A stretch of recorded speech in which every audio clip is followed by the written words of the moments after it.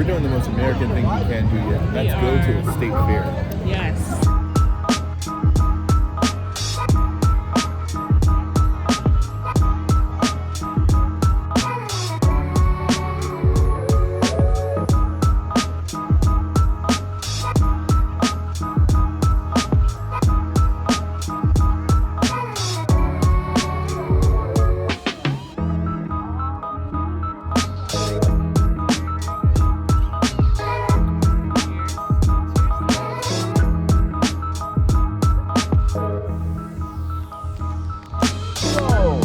Oh, hi, Nemo.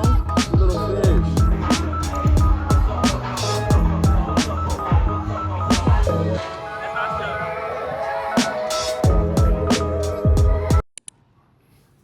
Hey, what's up, y'all? So I've been super behind on these vlogs, and I set a portion of today to kind of go through all the missing pieces of what I intend for this to be.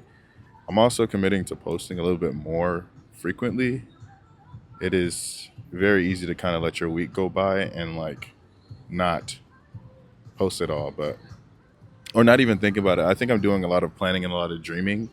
But yeah, I just thought, why not just film as we are sitting on the side of the Hillsborough River and boats are going by. Today, my wife and I just decided to go hammock and take some time to just relax from a really, really busy work week. And yeah, I'm about to read this book called Lead with Prayer. And my church took some time to go through it, The Spiritual Habits of World Changing Leaders. I've really enjoyed this book. There's not a lot of books that I read that feels like a toolkit that I can like kind of reference. Obviously the Bible, but like this is such a good read, even if you are like leading in the smallest capacity. It's a really good discussion about a ton of leaders across the world who have these practices that they do. And there's a prayer in the end, which you can read through each chapter, and then it gives you a few tools. One of my favorite chapters on this talks about what it looks like to set time away in your schedule to pray. And it helps you build a schedule, just a mock schedule, and get into the habits of small prayers, the big prayers.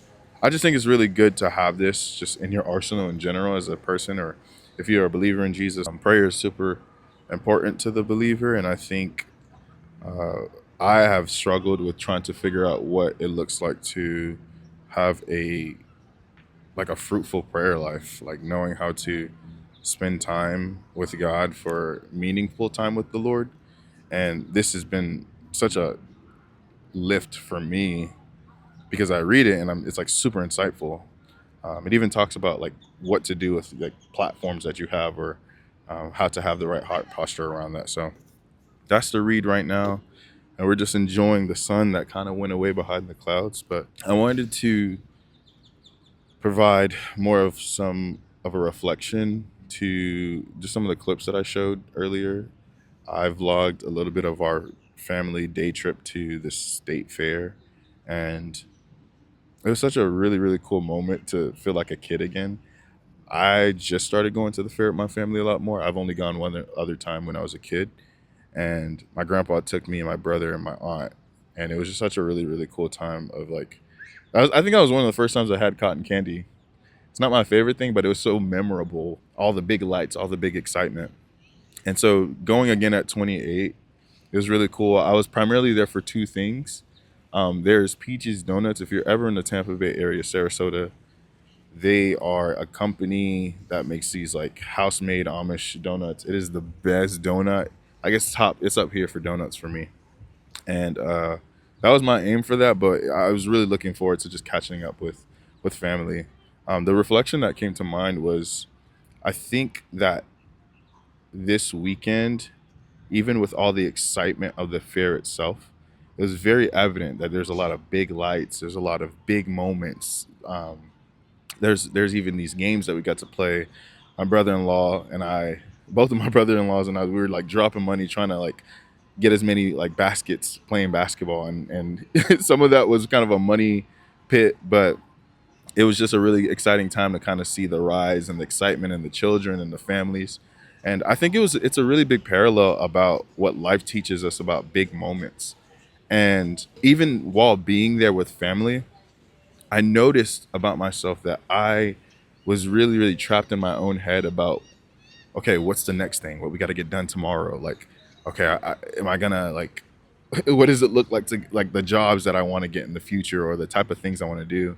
To the point where I kind of wasn't fully present at all moments, and it's kind of telling of how kind of living only for these big moments. Like the fair itself is the big moment. Like it's the flashiness, the lights, the huge um, gratification, the sweets, the fried food, everything that gets your dopamine at a high. And I'm always thinking about that. Like I'm always thinking about the big moment in life when I achieve my goals per se or get to that place that I've always wanted to be.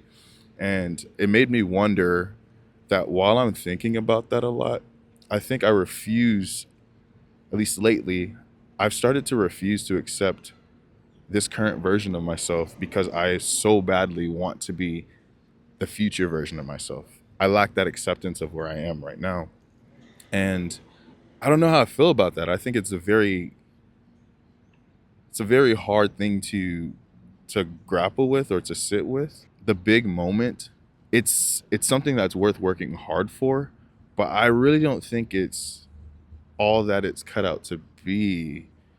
And what I mean by that is once you get to that big moment, then there's always like another big moment to look forward to. And you're just missing out on the smaller moments. And so I thought about like what if the version of yourself that's worth investing is the version that you are now? Like what about the small moments? Like what about sitting in these mundane conversations, the days where you get up and you're washing dishes and you're having a laugh with a family member, like those small moments are really the wins too.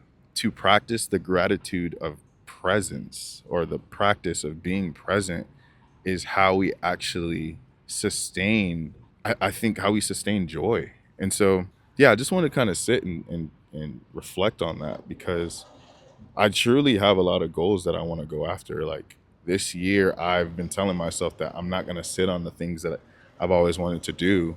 But I'm also really convicted about the ways that I've approached the everyday life. Like the times where I don't always enjoy my job or the times where I have to just sit with myself and there's not a lot of dopamine, there's not a lot of high moments, but it is just everyday life. And if we look back, truthfully, what made the fair enjoyable was the conversations that we've had in between, the catch ups that I got to do with my siblings and friends. Like we were with people who we haven't seen in such a long time. And so I think that's just very telling of the type of person that I'm seeing myself become. And it's really making me think about what do I need to do to practice gratitude? So I don't know if that's you today. I don't know if that's something that you might relate with, but the small moments do count too. We can rebrand those or reframe those to be big moments too by practicing gratitude. And so I'm challenging myself to do that more and more because it's just worth investing in. It's worth enjoying. Don't label these small moments or the everyday points of life that feel so mundane um, as meaningless because nothing is truthfully wasted. We get to do stuff like this. Like my wife and I, for example, had no clue what we wanted to do today. And so we were just like, what if we just do nothing in a really good looking place? These are the things that we can do daily um, in our young years to appreciate what's around us.